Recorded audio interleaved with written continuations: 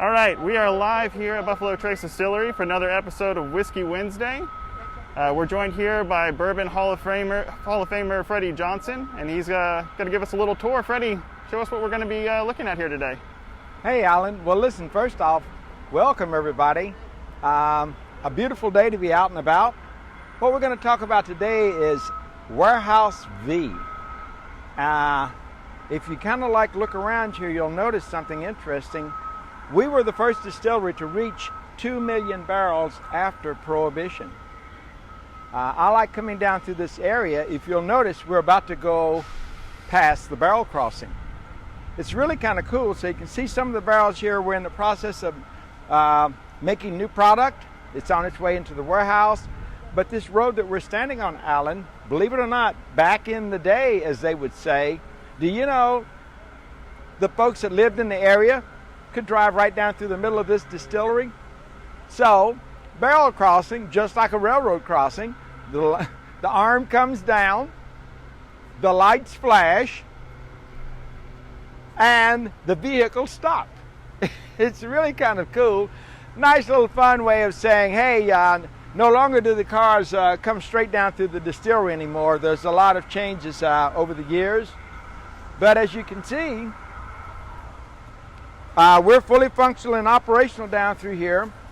The demand for bourbon has gone up. Hey, Hollywood! Hey!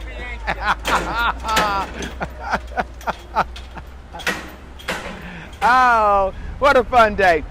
So as you can see, new barrels going in. So in the industry, this is high tech.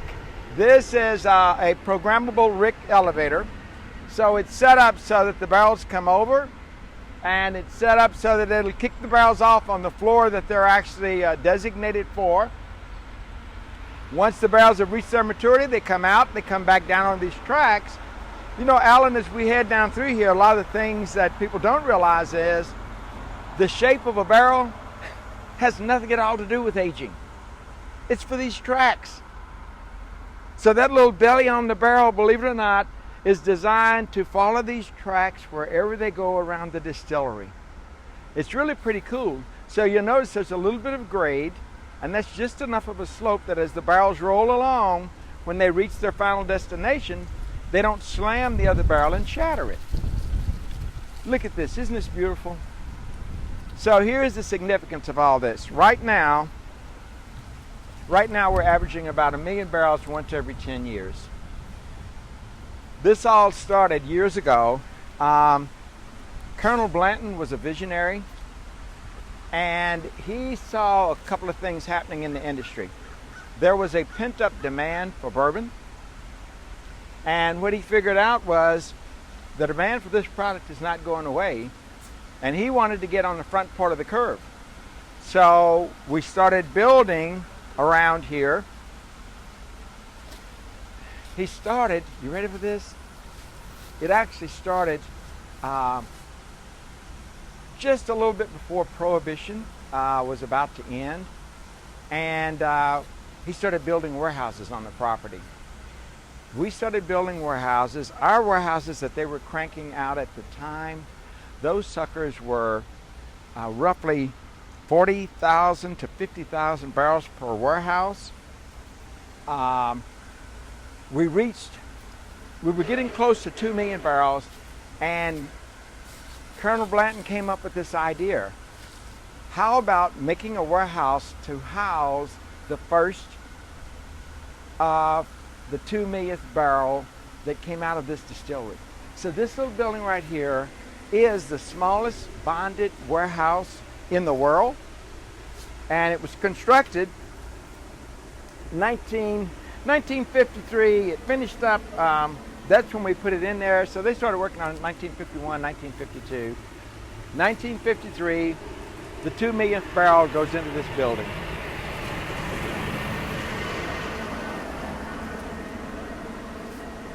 So what happens after that, every millionth barrel since then has resided in this little building. The cool part about all of this, Alan, my father, at 94 years old, had become the only living person to personally handle every millionth barrel that's ever gone into this little building, with the exception of the one that we're looking at today. And this one is the 7 millionth barrel. The motto of the distillery, remember, is only 4 words: honor tradition, embrace change. So when we hit the 7 millionth barrel, my father had passed away, and I was asked if I would continue the legacy, the tradition.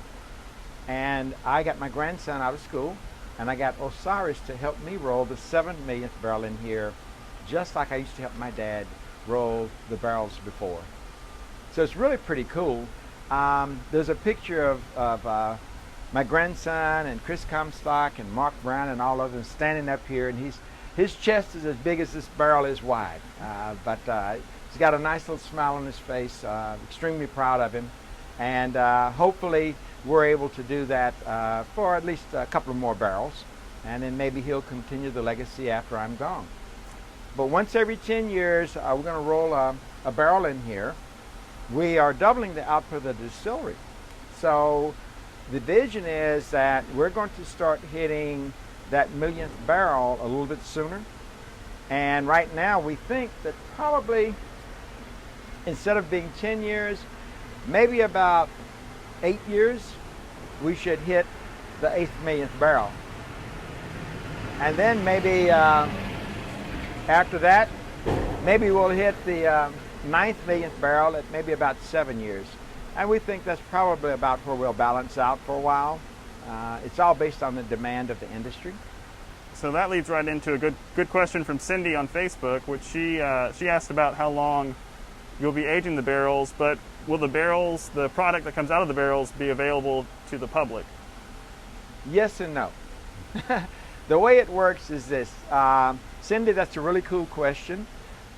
What actually happens, these barrels that reside in here are actually called commemorative barrels.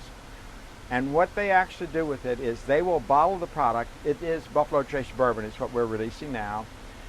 Believe it or not, I have a bottle of the 4 millionth barrel of product from the 4 millionth barrel, and it's signed by Elmer Thiele and some others, and it was actually given to me as a gift because it was one of the barrels that my father had handled at this distillery. So what's going to happen is this. It gets bottled, and then they package it, and all of the bottles go to designated charities, and they auction them off, and it becomes a gigantic fundraiser for all of these different charities that normally would not have received a windfall like that. The significance of that, Cindy, it's such a cool question. I'm extremely proud to tell everybody they just got a report back that the 6 millionth barrel has already produced over $1 million in revenue for all these different charities. Isn't that crazy? That's great. Oh man, it's really pretty cool. You want to go inside and see what it looks like? Let's do it. Let me tell you what happens. So when we roll these barrels in, it's a big to-do. Oh, this is kind of a cool one as we go inside. Back in the day, there were 2 locks on the doors. The government had a key and a lock, and the distillery had a key and a lock. So back during this period of time prior to Prohibition, you were not even allowed in your warehouse by yourself. So the revenue agent always had to be there with you. So bonded in today's environment is our guarantee to the government that there's enough cash on hand that the day the whiskey in any barrel goes into the bottle, all remaining taxes are due that day. So failure to pay your taxes means that basically all remaining taxes on all your barrels sitting at your distillery, the taxes are now due. So there's a penalty for not paying your taxes. But what it does, it allows you to age bourbon. Remember, you didn't have aged bourbons before Prohibition. So today, bonded, it's registered, we're paying tax on this barrel as it sits in here. Come inside. Pretty cool, huh? So the way that this works, if you happen to be visiting Buffalo Trace Distillery, when we hit that commemorative barrel, It's a big to-do. We ceremoniously roll the barrel up. We put it on a little gurney. We roll it around this side. We bring it over, and we roll it in here. And we mount it on the little stand. Look at the signatures. And what actually happens is everyone that is here that witnesses this event gets to sign the barrel. There are signatures, Alan, from people all over the world around this barrel. It's kind of cool. And all of a sudden you look at the signatures and you begin to see people that you know. Christy Woolridge, she is part of our public relations group. So a lot of the press releases and things like that are associated with Susie. Patsy Kirshner, Weichman, she still works here in the bottling facility. She's pretty cool. She's been here for a number of years. Here's yours truly. So yeah, so I got the chance to sign the barrel. It's really kind of cool. You got that? I got it. That chunk alone, that ought to be worth about $2 million, right? But the point is that here's Fred Minnick. If most people, if you know about Fred, he's got his own podcast, but he does a lot of things for different distilleries, not just for Buffalo Trace. So he's a good person to talk about the industry. He's actually helped to promote it. But isn't this amazing? So we actually have people, believe it or not, that were here when this happened, and they come back years later with friends and family. They even remember where they signed the barrels. They remember what was going on. They've come to know people that were around them who signed the barrels at the same time that they did. Really means a lot, not only to them, but to the distillery to show the dedication. So I had someone the other day, they said, well, what bourbon is going to be in that barrel? I said, well, of course it's going to be Buffalo Trace bourbon. But here's a little heads up for you. Mash Bill 1, that's Buffalo Trace. So Buffalo Trace averages about 8 years. And we say about 8 years because that's kind of like the youngest barrel that we're going to use, somewhere around 7, 8 years. But in this warehouse, because it's down on the lower level instead of up on the middle floors, this one's going to age a little bit slower. So the barometric pressure will have a lot to do with the movement of the whiskey in and out of the wood. And this one is going to be a honey barrel. This one will taste unbelievably good. Hopefully I live long enough to take a taste of it. Maybe we can do a toast together. Sounds great. That'd be kind of cool.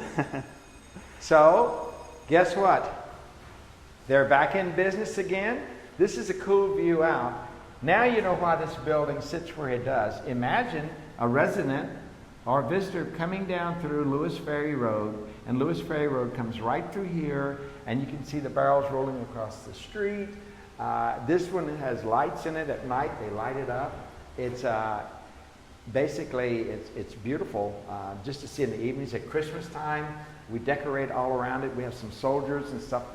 Part of the Nutcracker image, their soldiers are all around the outside. Pretty cool arrangement. Awesome. Any other questions that you have, or we can go back outside and just kind of look back the other way? Yeah, well, if anybody has any questions, feel free to drop them below. We'll try to get to them. We try to keep these around 15 minutes, so we know you're a busy man. So, we want to thank you for taking the time to show us around. Any parting words?